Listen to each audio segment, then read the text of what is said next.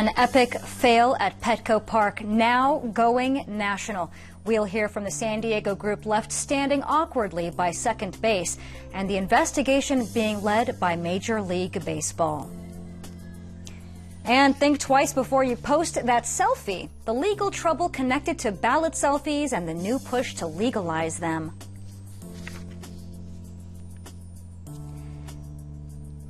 Game on, real-world job experience outside of the office, and the career opportunities for students who like to play around.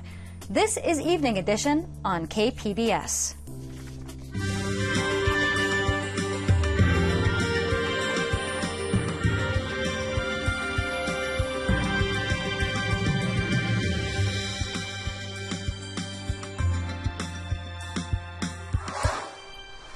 Good evening and thanks for joining us tonight. I'm Maya Trabulsi. A legal fight brewing today between the family of the late Baseball Hall of Famer Tony Gwynn and the tobacco industry. Gwynn died from cancer at the age of 54 after playing his whole career with the San Diego Padres. Now his family is suing, claiming their marketing of smokeless tobacco led to his untimely death. The complaint filed in San Diego Superior Court names Altria Group, formerly known as Philip Morris, and several other defendants. David Casey, a lawyer for the plaintiffs, is quoted by the New York Times saying the industry knew they had this highly carcinogenic product and they were marketing it to people like Tony. Altria's media relations had no immediate comment when contacted about the lawsuit.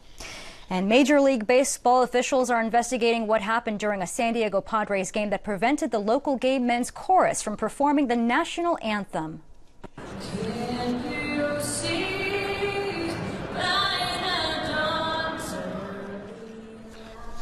the group stood frozen on the field waiting for that playback of a woman's voice to end in order to begin their rendition of the anthem during the pregame ceremony on Saturday night. But they were asked off of the field instead. Officials say a control room mistake caused the mishap. Has had calls from other cities asking if they wanted the LGBT communities to picket at the games around the country when they show up, and that's not what the chorus is here to trying to achieve. We're trying to achieve something good for the. And Padres CEO Mike D took to Twitter today to apologize for the unfortunate incident. The team also terminated its relationship with a third-party contractor deemed responsible for the error. Videos of the incident have gone viral. LGBT advocates are demanding action from team officials. Hi, San Diego. This is Jimmy Moorhead from Chicago Gay Men's Chorus. We're here for our final show, and we're just going to send you some love. The Chicago Chorus made this video in support of the group.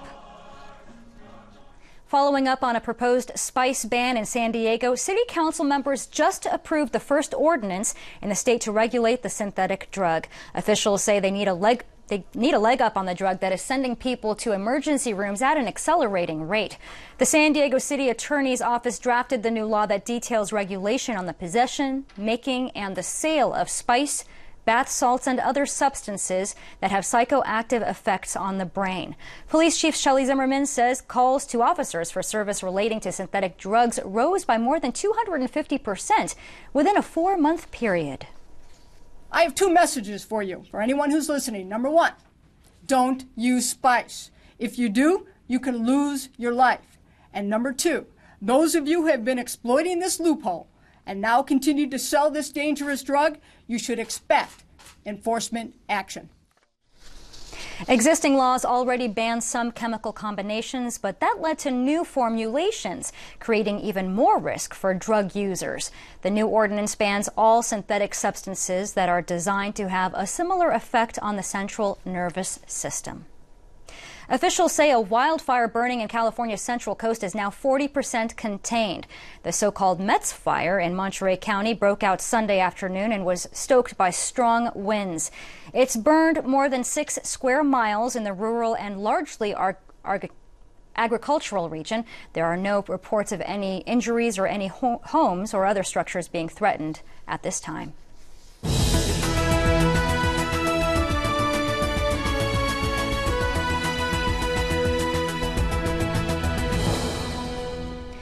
Today is the deadline to register to vote in the June 7th primary, but already sign-ups are approaching numbers typically seen for November elections. KPBS reporter Megan Burks shows us the new online tool that will help track what this unconventional election cycle means for local voter registration.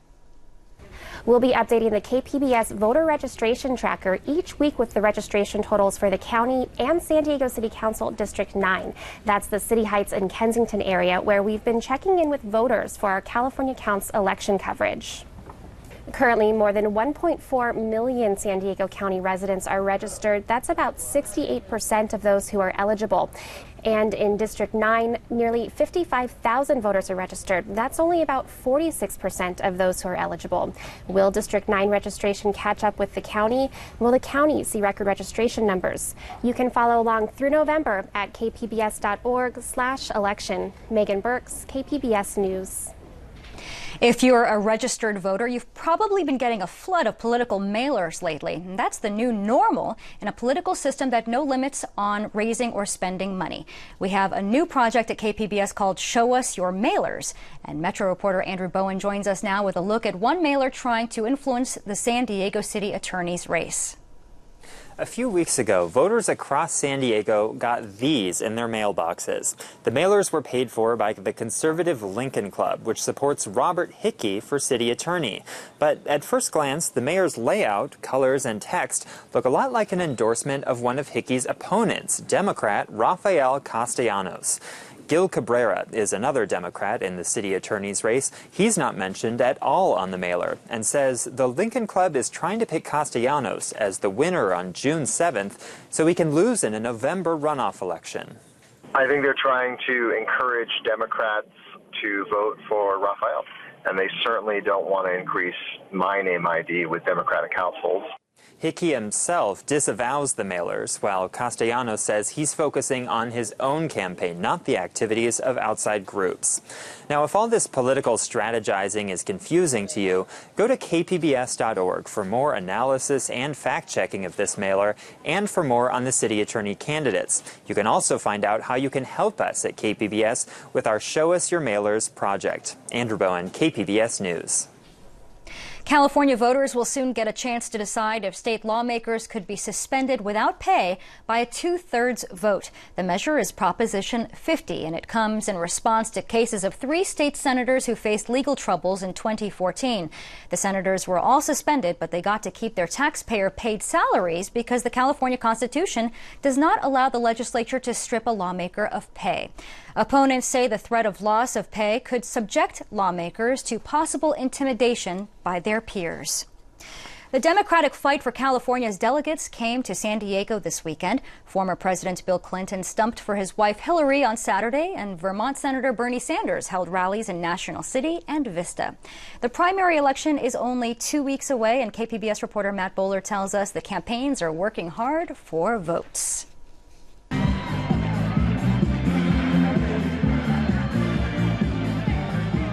There was a party atmosphere at the Sanders rally in Vista, and President Clinton pulled out all the stops campaigning for his wife with a marching band.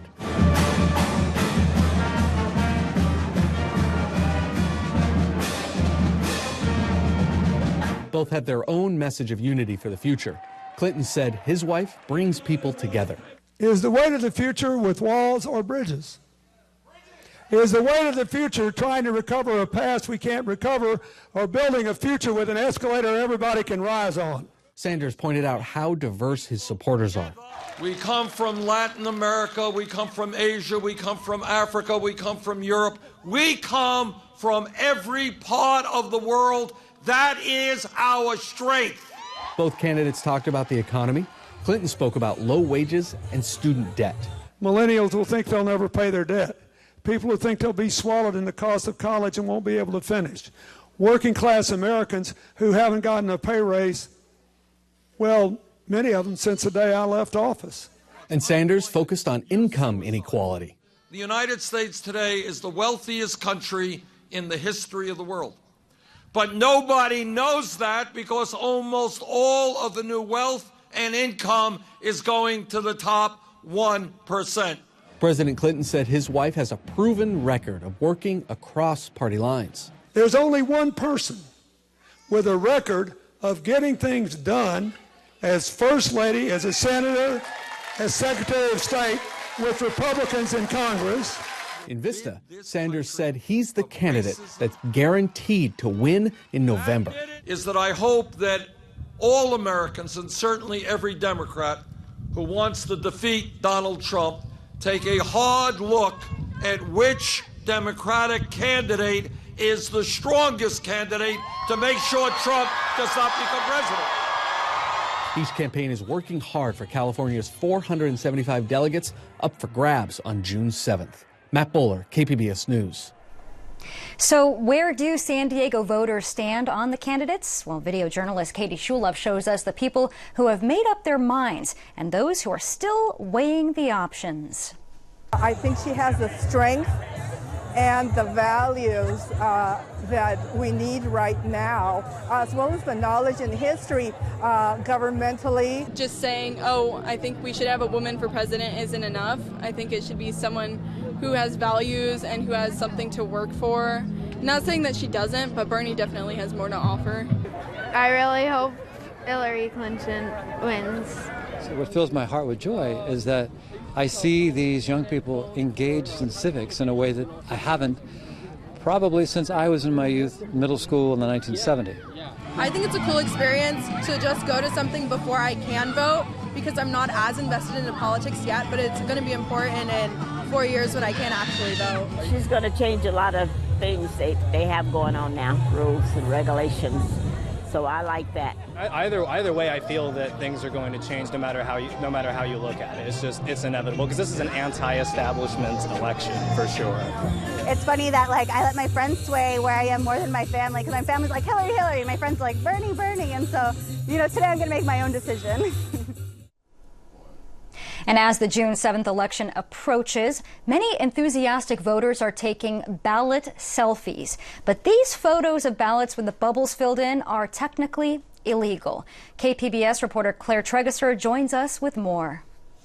While many voters like posting photos on social media of their completed ballots, that's actually against the law. It falls under a state law meant to prevent vote buying and voter coercion, says Vince Hall. He's the executive director of the voting rights advocacy group Future of California Elections. For 125 years in California, it's been illegal to, once you have marked your ballot, show it to anyone else. But these laws were written at a time when social media did not exist. For example, coercion could be if a boss asks her employees to take selfies showing they voted for a specific candidate. Hall says no one has ever been prosecuted for taking a ballot selfie. A bill to legalize ballot selfies is in the state Senate, but if passed, it won't go into effect until after the election. Claire Tregesser, KPBS News. And you can find all of our election coverage online at kpbs.org/voter guide, including a handy voter guide with in-depth information on candidates and local and state ballot measures. President Obama marking a new milestone today for the relationship between the United States and Vietnam. He promised to leave behind the troubled history between former war enemies as he lifted a half-century-old ban on selling arms to Vietnam. American lawmakers and activists have urged the president to press for greater human rights freedoms before lifting the embargo. As with all our defense partners, sales will need to still meet strict requirements, including those related to human rights. But this change will ensure that Vietnam has access to the equipment it needs to defend itself, and it removes a lingering vestige of the Cold War. It also underscores the commitment of the United States to a fully normalized relationship with Vietnam, including strong defense ties with Vietnam and this region for the long term. He is expected to address the Vietnamese people tomorrow morning. A drug bust on the border ended with one arrest and more than 28 pounds of meth. This is what El Centro Border Patrol agents found over the weekend by Highway 86. You're looking at 25 bundles of methamphetamine inside the fuel tank of a Ford pickup truck. Agents say it's worth more than $250,000. They arrested the driver. This year, El Centro agents seized more than 500 pounds of meth. Immigrants and activists rallied at the state capitol today to mark the state's 20th annual Immigration Day. They're demanding immigration reform at the state and national level. Supporters say deportation raids are splitting families apart and putting people's livelihoods at risk. And they made lobbying visits to lawmakers' offices following the rally. Problem is not going to go away. You know, we cannot deport our way out of the immigration issue. We cannot deport 11 million undocumented immigrants. And some 18 bills are making their way through the legislature that would tilt California's policy in favor of people in the country illegally. Lawmakers supporting these bills say undocumented immigrants contribute significantly to the state's economy. A Baltimore police officer was acquitted today of assault and other charges in the arrest of Freddie Gray, a young black man who died a week after he was critically injured in police custody. A judge found Officer Edward Nero not guilty of misconduct in office and reckless endangerment. The attorney for the family of Gray is commending the judge in the case. He says the family respects the verdict. A Georgia death row inmate may finally be getting a fair trial 29 years later. The Supreme Court threw out a black man's death sentence after finding prosecutors may have been a bit racist when choosing the jury. Associated Press reporter Matthew Burgoyne explains how lack of diversity in the U.S. criminal justice system affects people of color. The Supreme Court has thrown out a death sentence handed to a black man in Georgia because prosecutors improperly kept African Americans off the jury that convicted him of killing a white woman. The justices ruled 7-1 Monday in favor of death row inmate Timothy Tyrone Foster. The Supreme Court has said you have to give reasons other than race for those strikes. But that has turned out to be so easily defeated by prosecutors doing what happened in this case, which is just coming up with all sort of reasons when in fact we all know the real reason was race. When the case was argued in November, the justices did little to hide their distaste for the tactics employed by prosecutors in North Georgia. Georgia courts had consistently rejected Foster's claims of discrimination, even after his lawyers obtained the prosecution's notes that revealed a focus on the black people in the jury pool. Well, the criminal justice system is a part of our society that's been least affected by the civil rights movement. It's run almost completely by white people. 95% of all elected prosecutors are white. And so we have white people running a system that deals largely, and in some places almost exclusively, with people of color.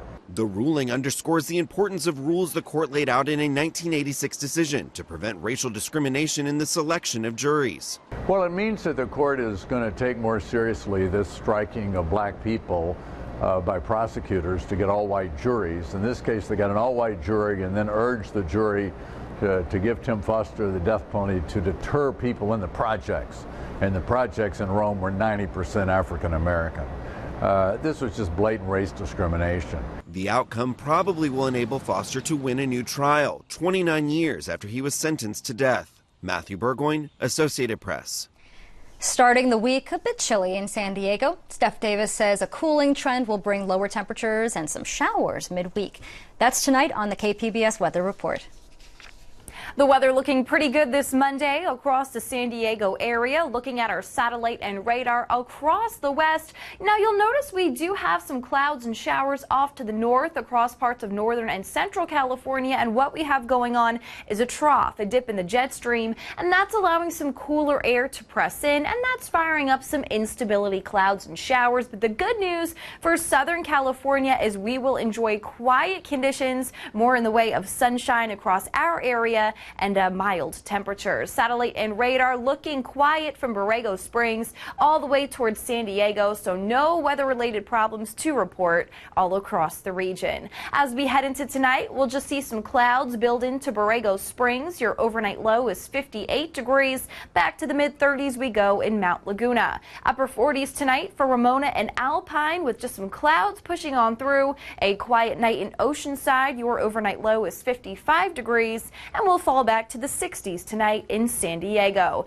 Now you'll notice that troughs start to continue to press towards the southern parts of the Golden State, and that again is bringing in cool air and some instability across parts of the region. This will continue to sink south towards the San Diego area as we look towards the midweek, where we could catch some clouds and showers. Here's a look at your 5-day outlook for the coast. Low clouds breaking for sunshine Tuesday, high 69 degrees. We will see those afternoon showers rolling through for your Wednesday. Drying things out Thursday, Friday, and Saturday as low clouds break for sunshine and daytime highs climb near 70 degrees. 5-day outlook inland showing similar conditions. Low clouds breaking for sun on Tuesday with highs in the upper 60s. Remaining in the upper 60s Wednesday with those afternoon showers possible. Temperatures climb near 70 degrees on Thursday, Friday, and for the first half of the weekend Saturday with mostly dry conditions.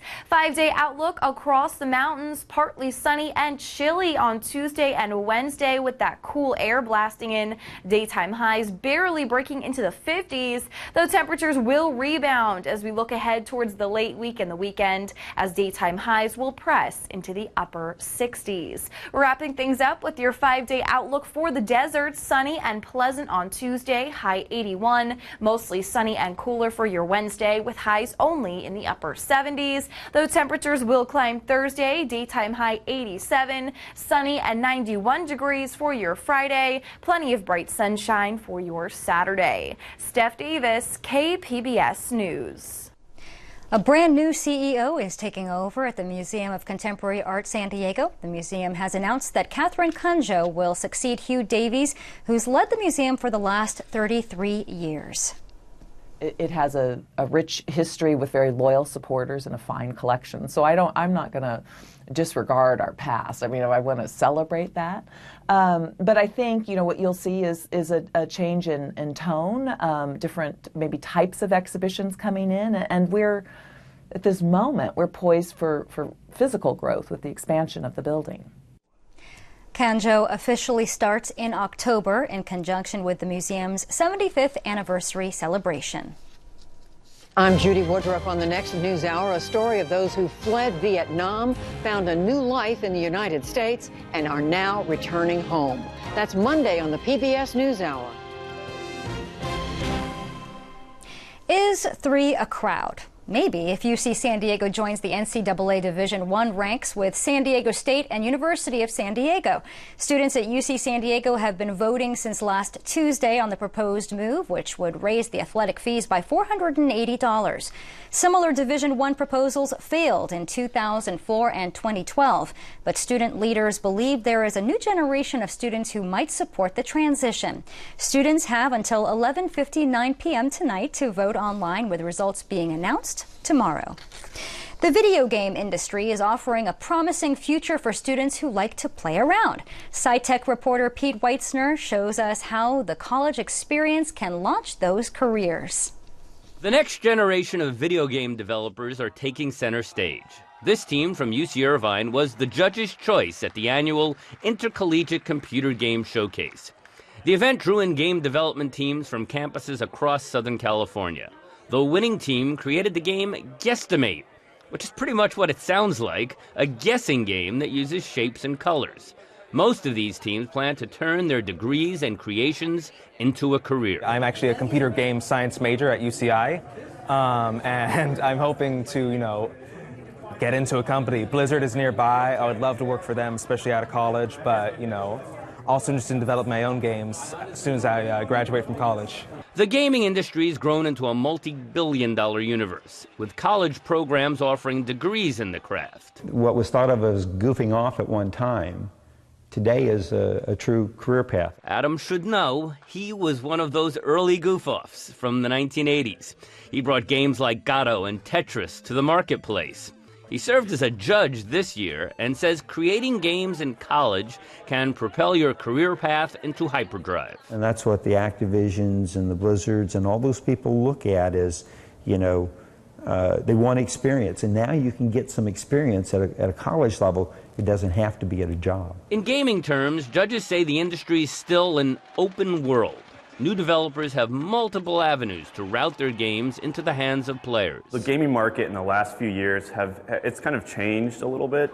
I think there's a lot more opportunities for smaller teams to make games and actually distribute them, especially with early access on Steam. Kickstarter is a great way to get funding for your games. Another design team that created the game Titan Mining may be headed in that direction after college. I have considered doing going into the game industry. As far as what level I'll be going into, I'm not entirely sure yet. I've been discussing with some of my friends about starting up some kind of an indie company or doing a Kickstarter or something like that. There may be millions of dollars to be made on the next big thing, but in true gamer fashion, some of these designers have a take-it-or-leave-it attitude when it comes to jumping into the business. My major right now isn't specifically game science, it's computer science and material sciences, but I wouldn't hate it, and in fact I would like it a lot, so we'll see. And you can see more tech stories like this on SciTech Now this Sunday at 5:30 on KPBS television. And here's a look at what we're working on for tomorrow in the KPBS newsroom. On Morning Edition, a California State University Board of Trustees committee is expected to vote tomorrow morning in Long Beach to ratify the agreement between the CSU and the California Faculty Association. And on Midday Edition, the internet has already changed the way we interact with the world. The futurists who say it's about to change the way the world interacts with us. That's tomorrow on KPBS Radio. And as always, you can find tonight's stories on our website, kpbs.org/evening edition. Thank you so much for joining us from all of us here at KPBS. Thanks for watching.